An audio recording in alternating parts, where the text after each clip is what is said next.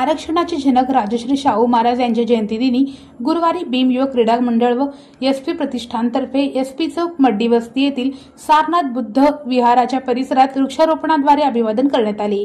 या प्रसंगी पालिकेचे माजी सभागृह नेता सुरेश पाटील, आरपीआयचे पश्चिम महाराष्ट्र उपाध्यक्ष सिद्धेश्वर पांडगळे, उद्योजक बाळासाहेब नष्टे, एसपी प्रतिष्ठानचे प्रमुख समीर पांडगळे, युवक पॅंथरचे दीपक गवळी, मनोज कुमार देवकर, शेखर बटगेरी, प्रशांत सरवदे, मंगेश पांडगळे, अमरदीप पांडगळे, संकेत मळेवाडी, सागर तोरात, यश चंदनशिवे, दादाराव सलगर, गणेश उमाप, प्रथमेश तंगेळी, विशाल मोरे, पप्पू कांबळे, आर्यमान जाधव, डॉक्टर उमेश कसबे, राजू सुरवसे, दोंडीराम सरवदे, सचिन तोरणे, दीपक डांगे, देवेंद्र वामने, आकाश रेड्डी, तेजस एरवडे, आकाश बनसोडे, आदित्य वडावराव आदी मान्यवर उपस्थित होते।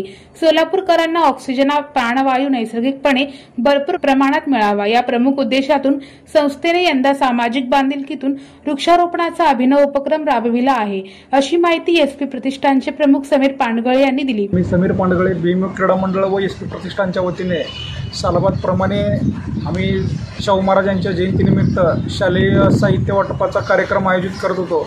तरी यावर्षी शाहू महाराजांच्या जयंतीनिमित्त वृक्षारोपणाचा कार्यक्रम आयोजित केलेला आहे व कोरोनाच्या काळामध्ये नागरिकांना